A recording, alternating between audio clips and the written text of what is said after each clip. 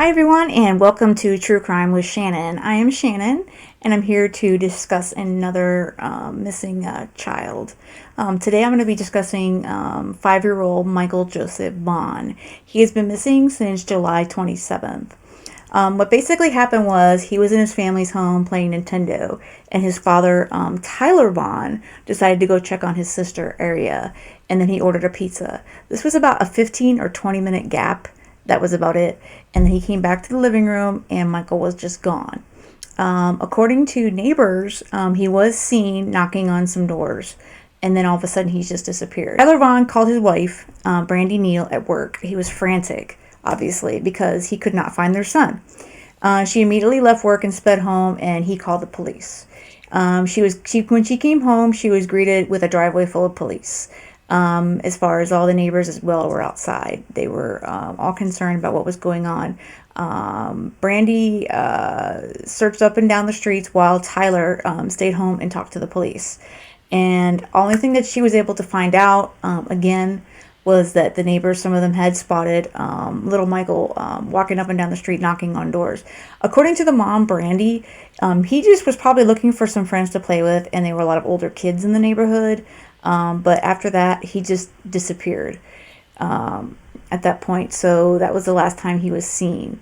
Fruitland Police Chief J.D. Huff believes in the probability that the youngster's been abducted because they went through searches with canines, drones, they dived, everything possible, and they have come up empty finding this 5-year-old child.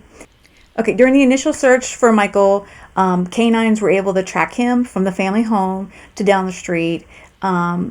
Near a farm field that was near the house, and the canines just came up empty. Mom Brandy believes that Michael went out the garage door, which leads to the front yard, and then he wandered off, and again he went to some neighbors' homes to look for some kids to play with.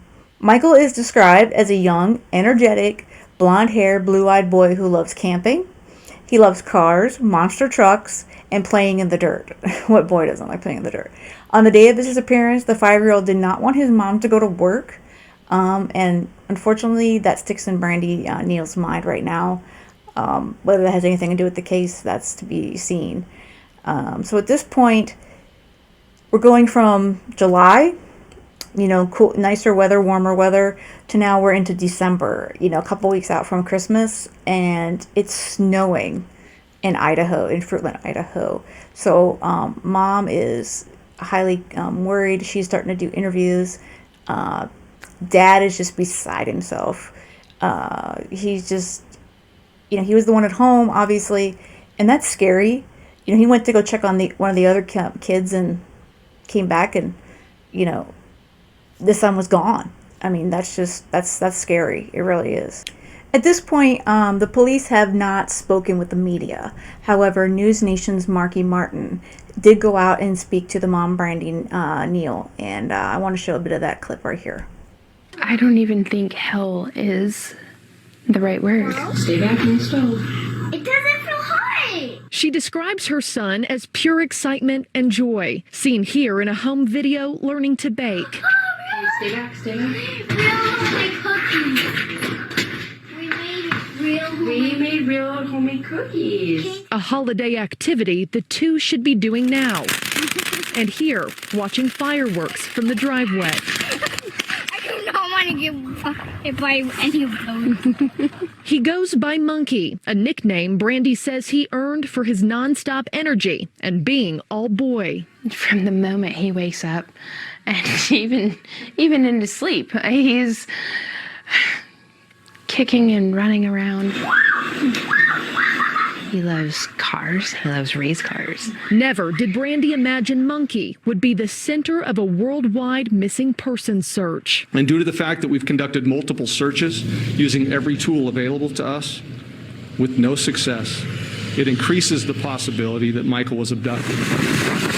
Law enforcement has combed through more than 3,000 acres of surrounding land. No clues. Just to the west of the family home lie the Snake River and Interstate 84.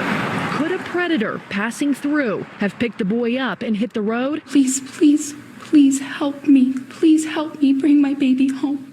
Officials have been flooded with more than 500 tips from around the globe. 2 leads they still need the public's help with: identifying the driver of this white Honda Pilot and a man with dark hair seen walking toward lower drainage behind the neighborhood around the time Michael went missing. I have a feeling that someone may have been watching us, and that's my feeling.